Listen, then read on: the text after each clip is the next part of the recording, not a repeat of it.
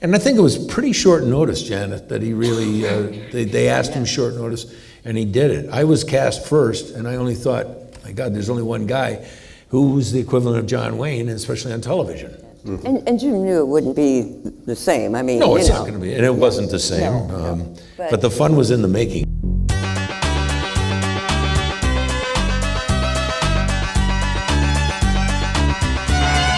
Well, Bruce, when you were making One Man's Justice, Yeah. which was the last Gunsmoke movie. Yeah, I don't think they planned on it being that way. I think it's just, it happened that way. I didn't intentionally kill Gunsmoke. So I do want to say I was, according to John Manley, I did one of the last episodes shot of the series. And I think Jim was only doing a day or something on it. It's because he was dating you at the time. That's why. Now I find out why that whole last season he was rarely there, And but I did one. I was so, and he said it was the worst one in 15 seasons. You don't want to hear that from an executive producer. No. And there I am standing on his new show, and How the West Was Won, going, well, why did you hire me then? Because I was god awful. I'm not even going to mention the episode. I will not even ever. I saw it on Inspire TV a couple weeks ago. Is that the sharecropper or something? Yeah, the sharecroppers. Thank you, Rob. That was good. It was Jim who got me that role on the pilot and then the series. He remembered the sharecropper. Oh God, I hope not. I hope not. No, I had just come out. I was chemistry. playing to the 100th role. Came out from the theater, and I thought I was, still doing theater acting.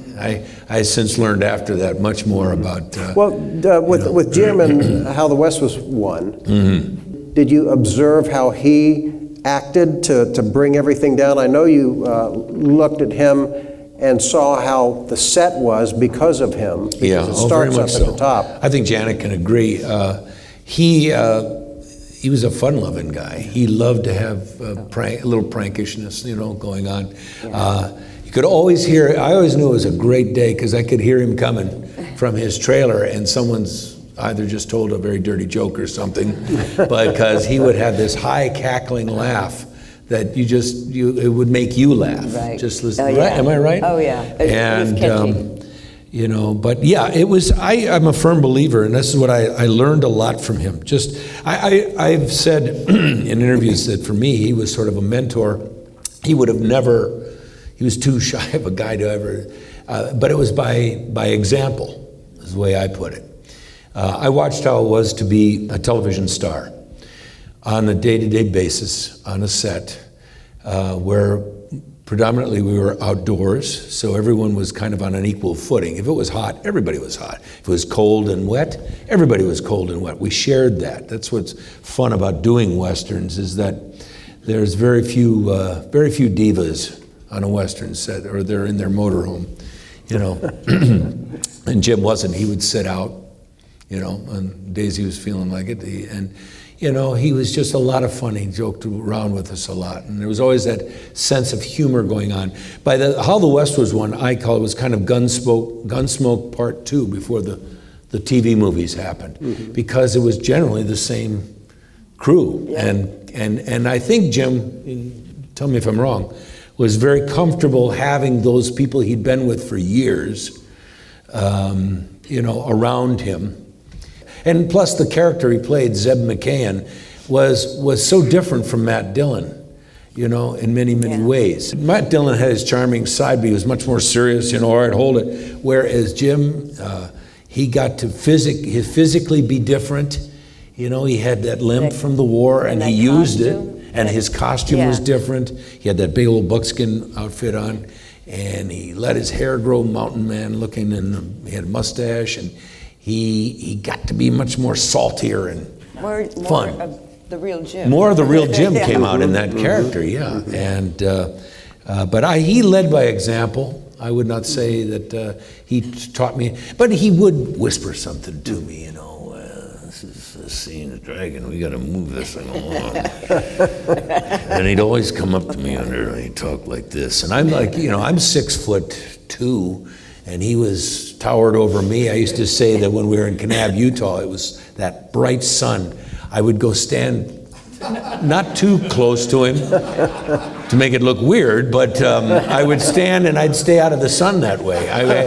He actually was so big he provided the shade for me. And he had the big hat. And a big hat on, man. I was like, I'd just go, yeah, right there. Okay, that's good. But, you know.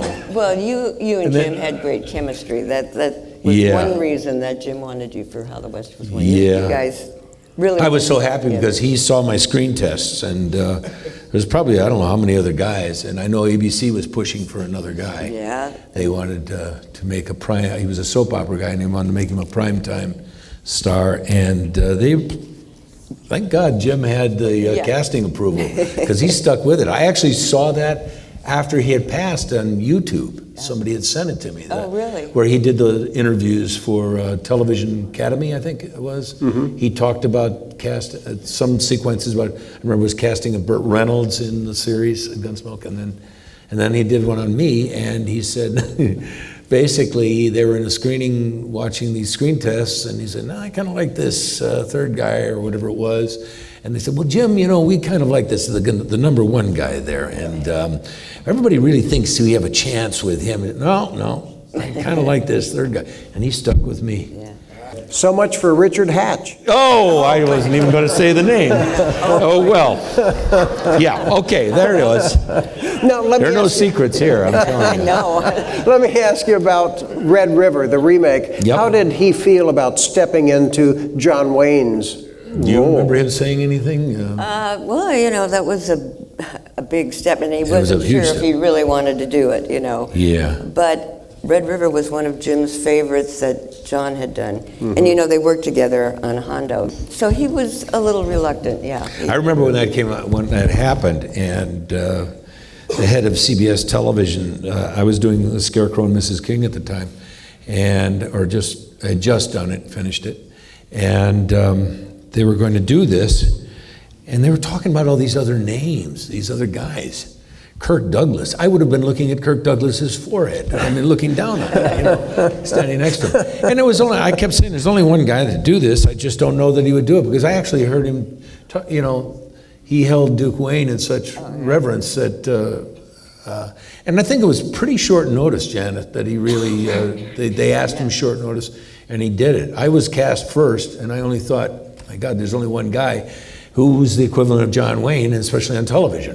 Mm-hmm. And Jim knew it wouldn't be the same. I mean, no, it's not going to be, and it wasn't the same. No. But the fun was in the making of it. I got to tell you, that was a ball. He loved it. And Ben Bates, who I'm sad to say just passed away a month or so ago, I had to do a fight with him, and Jim did all the close-ups. We had the final fight between Matthew and Dunson, and then I did the rest of it and all of it with Ben Bates. Mm-hmm. And I probably still have chiropractic problems because of it. But no, Jim, I was so glad he did that. And, it did okay. They showed on the Western Channel once in a while. And then I didn't see him again or hear from him again until the Gunsmoke movie. Mm-hmm. And I guess they wanted somebody else for that, too. They wanted some singer like Travis Tritt or somebody like that. And I had already done the Gambler movies with Kenny Rogers, so I did the opposite. I worked with a singer, who was acting. But well, all of the Gunsmoke movies are strong, I think. Really strong. The first one, the only thing that bothers me about that is he powdered his hair black, and it's like dust particles would be floating as he was delivering lines, and this is after he had done How the West Was Won, and he looked so wonderful in the silver hair, and then all of a sudden they powdered it. They only did it one time, I think. Somebody's decision was to want Matt Dillon to look like he was back in the day, and those are sometimes really stupid decisions. Yeah, right. Well, I want to thank you both for being here and sharing your memories. We could talk about this all for hours. And, it's good. Thank you. We'll continue in Kanab. Thank you. Hi, I'm Rob Word. I hope you enjoyed A Word on Westerns. It's an interview series we do. We post a new one every single week. If you missed any, just sign up for this little baby right here. Whoa.